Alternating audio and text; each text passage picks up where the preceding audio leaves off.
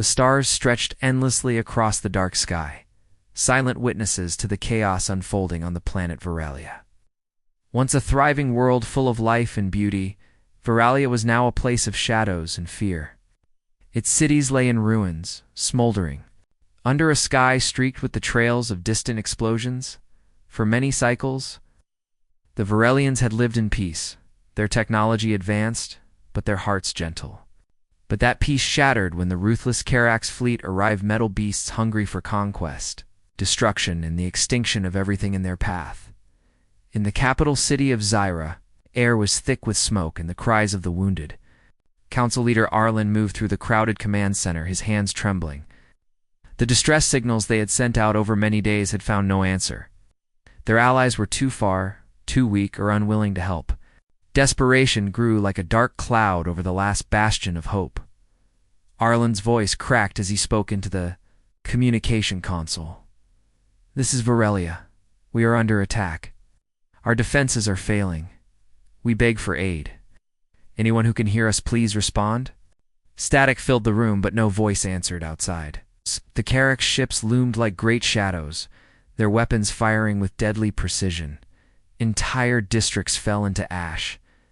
The Verelians fought bravely, but their weapons barely slowed the unstoppable. Invaders, deep beneath the surface, in hidden bunkers, families huddled in fear. Children clutched each other tightly as the ground shook from distant explosions.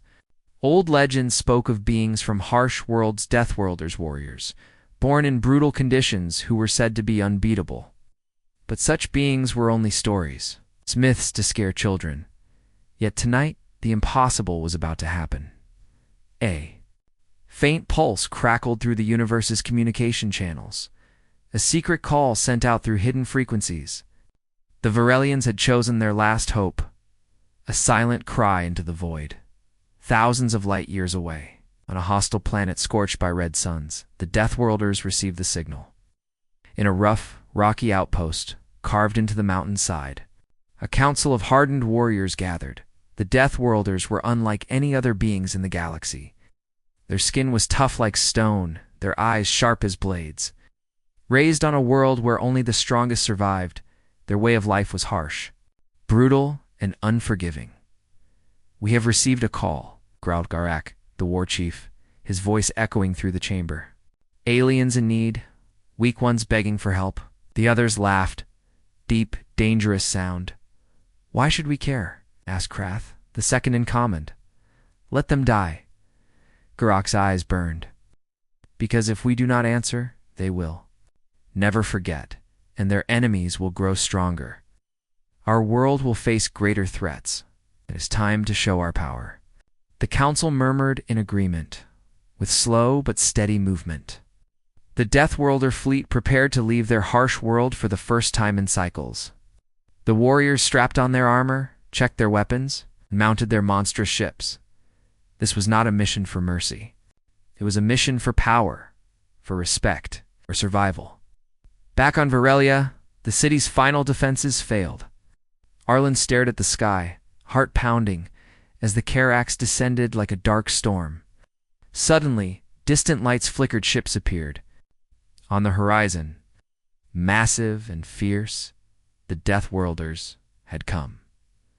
The ground trembled under the roar of engines and battle cries. The Verelians watched in awe and fear. These were monsters, brutal and wild. Their ships marked with jagged symbols, and their weapons roaring with raw power. The Karax forces hesitated for a moment. An unknown enemy had arrived, and it was unlike any they had ever faced. The first clash was violent and terrifying. Deathworlders leapt into battle with savage fury, tearing through enemy lines. Their weapons struck with deadly force. They fought like storms of destruction, their brutal strength overwhelming, Verelians felt. A strange mix of relief and dread. Their saviors were terrifying, but they were fighting for them. Arlen's communicator buzzed. A voice crackled through, rough and low. "We will drive them back. But this war is only the beginning." The silent cry had been answered not by angels, but by monsters. The battle stretched long into the night. Stars burned bright as ships exploded in fire. The Karax were pushed back but not destroyed. The Deathworlders did not speak of mercy. Their code was survival at any cost. Arlen knew. This was the start of a new era, one that would change the galaxy forever, as dawn broke over the smoking ruins of Varelia. The silent cry echoed still in the hearts of all who had witnessed the savage power of the Deathworlders. The dawn broke slowly over the shattered planet of Varelia. The sky was painted with streaks of red and orange. But beneath the colors lay a world still trembling from the violence of the night. The fires burned low, casting eerie shadows on the ruined buildings and empty streets. The once great cities were now scarred battlegrounds, their streets littered with debris and the silent bodies of those who had fallen amid the ruins. The surviving Varelians moved cautiously. Their eyes were wide with a mixture of hope and fear. The saviors had come, but they were not what anyone expected. When the Deathworlders first landed, their ships dark and jagged against the sky, the people had stared in horror. The Deathworlders were creatures of nightmare towering figures clad in heavy spiked armor, their faces hidden behind terrifying helmets. Their movements were swift and powerful, their weapons crackling with energy far beyond the technology of the Varelians. The Deathworlders did not speak much. They did not offer words of comfort or hope.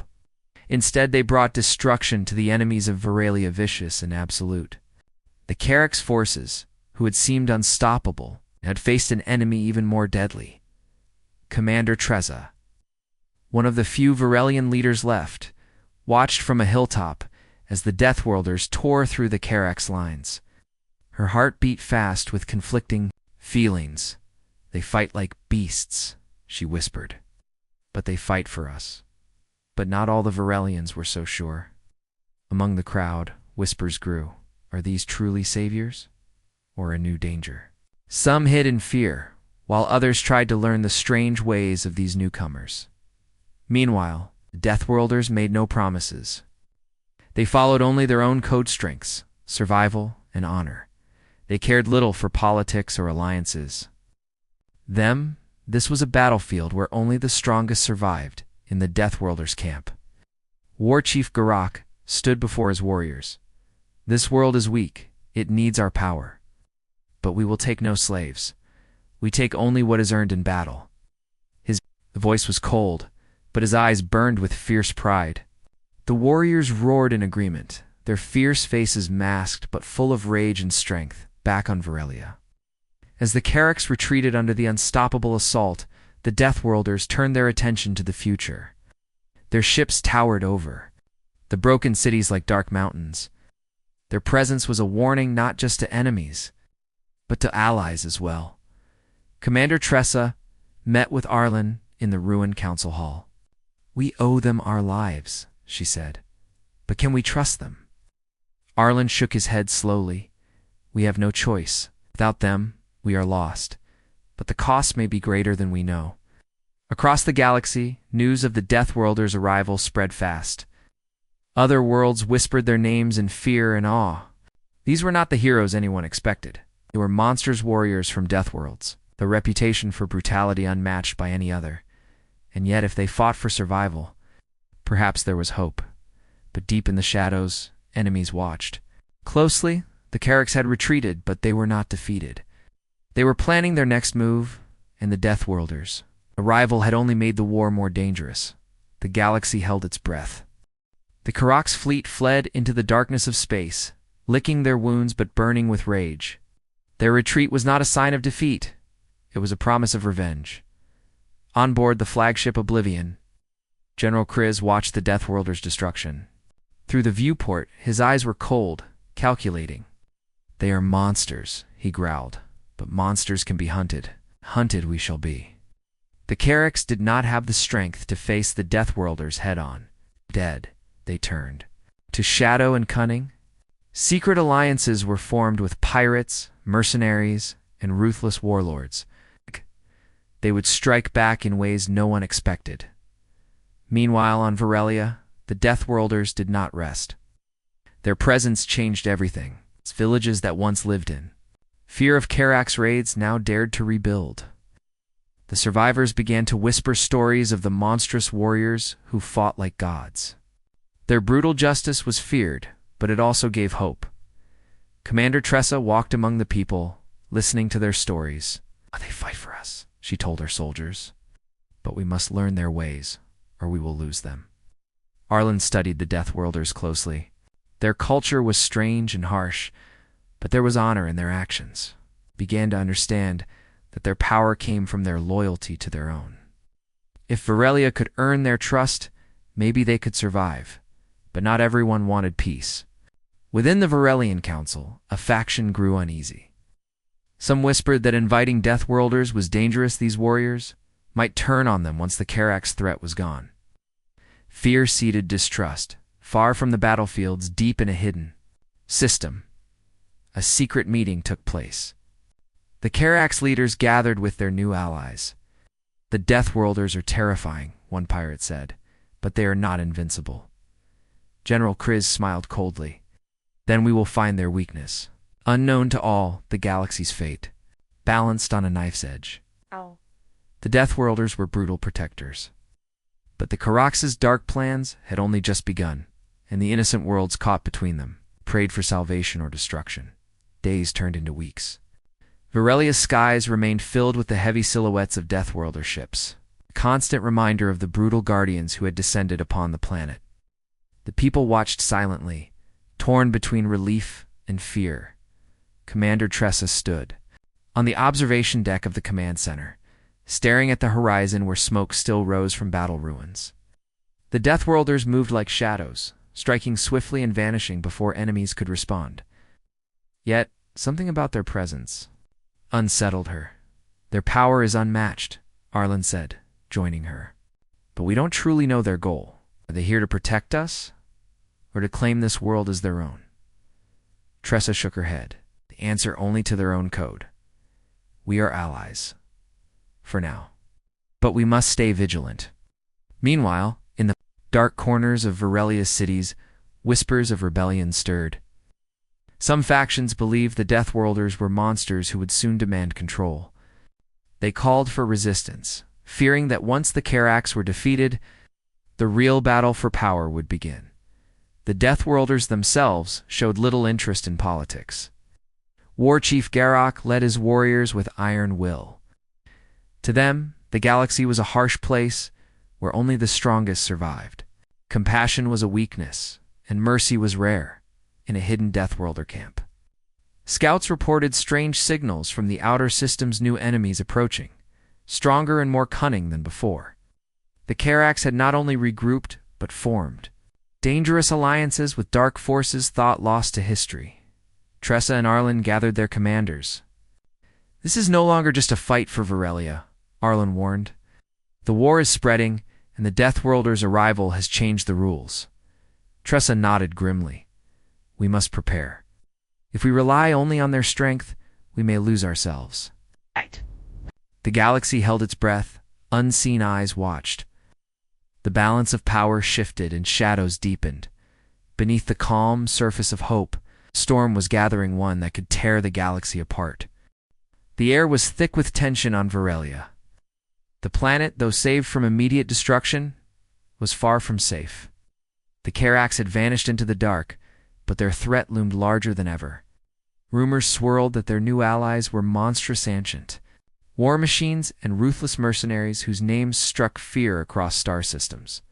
Commander, Tressa, and Arlen stood before a holomap, studying incoming reports. The Deathworlders had crushed the front line, but the war was far from over. "Their enemies are changing," Tressa said grimly. "They're using terror as a weapon, sabotage, ambushes, hidden traps." Arlen nodded. "And the Deathworlders' brutality has stirred fear, even among our own people. Some question if we've unleashed something worse than the Karaks, but the Deathworlders remained resolute." War Chief Garak's voice thundered over the camp.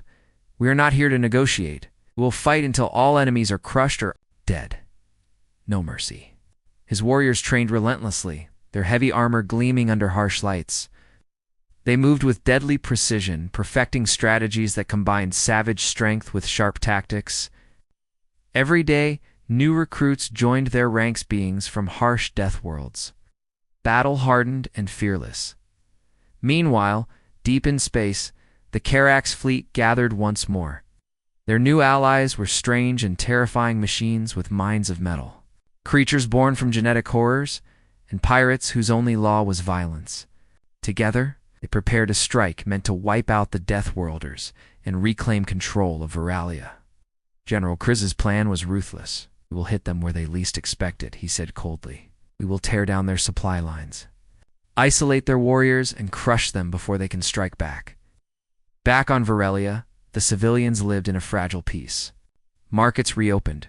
Children played in the streets, but beneath it all, fear gnawed. Everyone knew the battle was only a pause. The war was coming back, and it would be worse. One night, a sudden explosion shattered the silence. Saboteurs had struck the Deathworlder supply depot. Flames roared, weapons destroyed, and chaos erupted. Garok's warriors responded instantly. The camp was locked down, and the hunt began. No one knew who had done this, but the message was clear. The enemy was closer than anyone thought. Tressa and Arlen raced to the scene, their faces grim. "This is no longer just a war of armies," Arlen said. "It's a war of shadows and fear." Tressa clenched her fists. "If we survive this, it will be because of the Deathworlders, or we will all fall together." The galaxy watched, waiting for the next move in a deadly game where only one side could win. The night air was heavy with smoke and tension. The explosion at the supply depot had sent shockwaves through the Deathworlder camp. Flames licked the sky, casting eerie shadows over the battle-hardened warriors preparing for a new fight.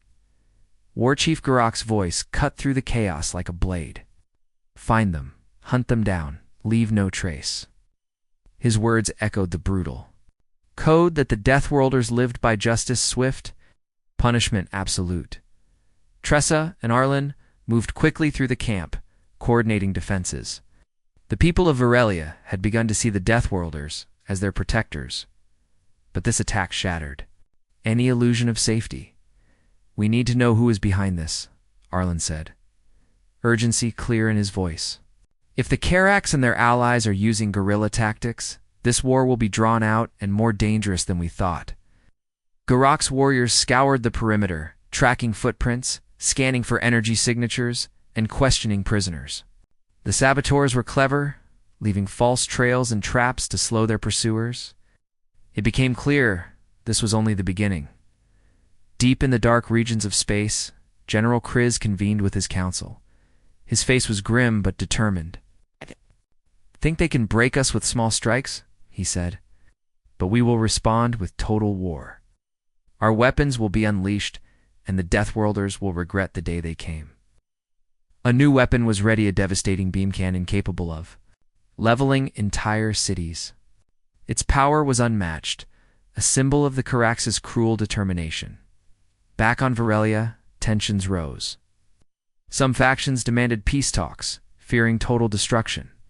Others wanted to push the Deathworlders for more control, seeing their brutal power as a way to secure their own position. Tressa found herself caught between these forces. She believed in the alliance, but even she worried about the cost.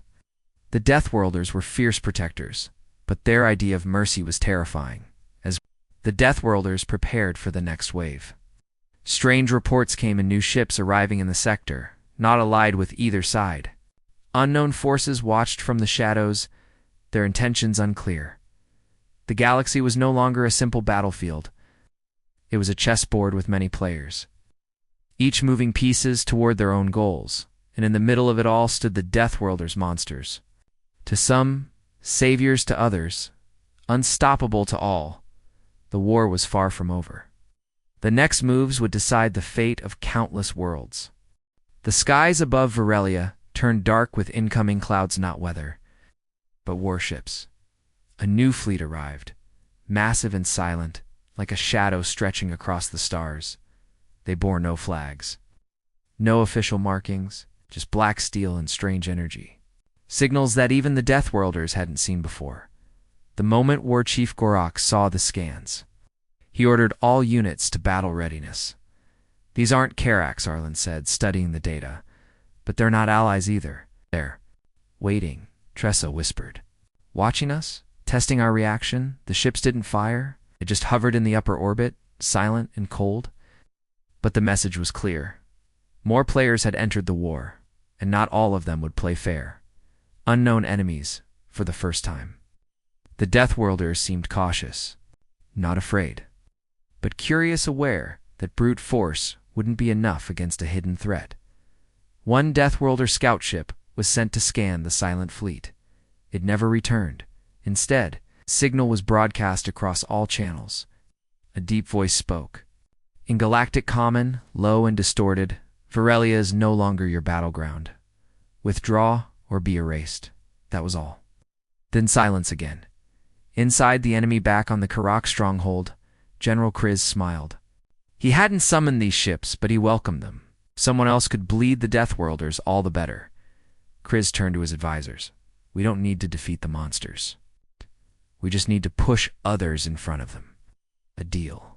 With darkness in the underground ruins of Varelia, Arlen followed a Deathworlder patrol that uncovered ancient tech-procataclysm machinery left by the first ones. It pulsed weakly, as if sensing what was about to come. The Deathworlders had no interest in ancient artifacts, but Arlen did. And when he activated a hidden terminal, it displayed something terrifying. The ships in orbit were not new. They were old Empire war cruisers designed to eliminate civilizations in one strike. Weapons built by extinct races for wars long forgotten. Somehow, they had returned. Uneasy Alliance Dresser brought the news to Garak.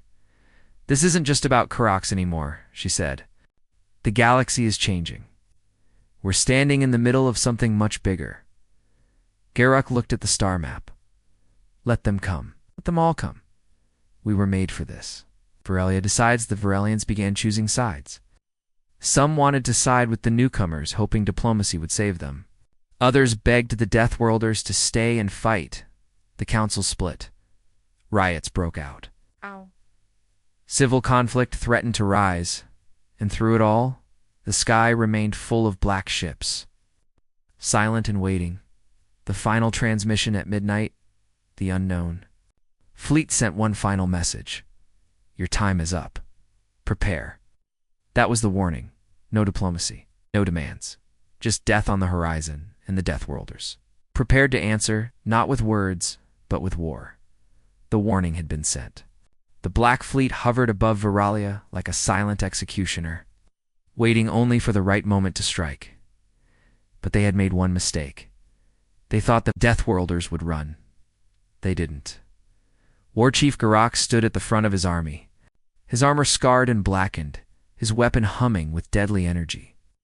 Behind him stood thousands of his warriors, each one from a different Deathworld, each one hardened by fire, poison, monsters, or worse. Creatures that had survived the most dangerous places in the galaxy were now ready to face the unknown. They came looking for a fight, Garak growled. Let's give them extinction. The first strike, the sky exploded with light. The Black Fleet opened fire without warning beams of blue. Plasma raining down like divine punishment. Varelia's shields, powered by Deathworlder tech, flared and groaned, barely holding. The Deathworlders didn't wait. Fighter ships launched in tight formation, twisting through fire, dodging enemy blasts with terrifying skill. Dropships burned through the atmosphere, carrying elite units straight into enemy landing zones. Above them, massive Deathworlder battlecruisers emerged from stealth, cloaked until the last second. They struck from the shadows, fast, brutal, efficient. Varelia's last hope, Commander Tressa, led the planetary defense teams. Beside her stood Arlen, directing civilians into underground shelters while relaying intel to the front lines. This is it, Tressa said. If we lose this, Varelia is gone. But she didn't back down. None of them did. Even the civilians, who once feared the Deathworlders, now stood ready with weapons in hand. Fear had changed to fury and unity, boarding the Beast One Deathworlder. Squad managed to breach the largest enemy ship. Inside, they found horrors machines fused with flesh. ancient tech twisted by something unnatural. The ship's AI spoke in whispers, taunting them. You are not the first to resist us, and you won't be the last to fall. Garak's second in command, a towering female named Virn, responded with a grenade and a growl. We're not here to resist. We're here to erase you. They fought through the twisting corridors, a brutal hand-to-hand battle where bullets and blades mattered more than strategy. At the core, they planted a bomb. Time to wipe the slate clean, Virn said. The turning tide, the explosion, shattered the flagship in orbit. The rest of the Black Fleet began to break formation. Panic set in, and that's when the Deathworlders launched their final assault. No mercy. Total war. Aftermath. When the sky finally cleared, Veralia stood, damaged, bloodied, but alive. The Black Fleet was gone. The Carracks were broken. The galaxy once again was silent. Tressa walked among the wreckage, watching the Deathworlders gather. They're dead. There were no cheers, no celebrations, only the silence of warriors who had done what had to be done. Arlen stood beside her. They came as monsters, but maybe monsters were exactly what we needed. War Chief Garak approached, removing his helmet for the first time. His face was hard, scarred, but human. He looked at them both. This world fought well, but your real war is just beginning. With that, the Deathworlders boarded their ships and vanished into the stars. Not conquerors, not saviors, just monsters, who answered a call for help and left the galaxy forever changed.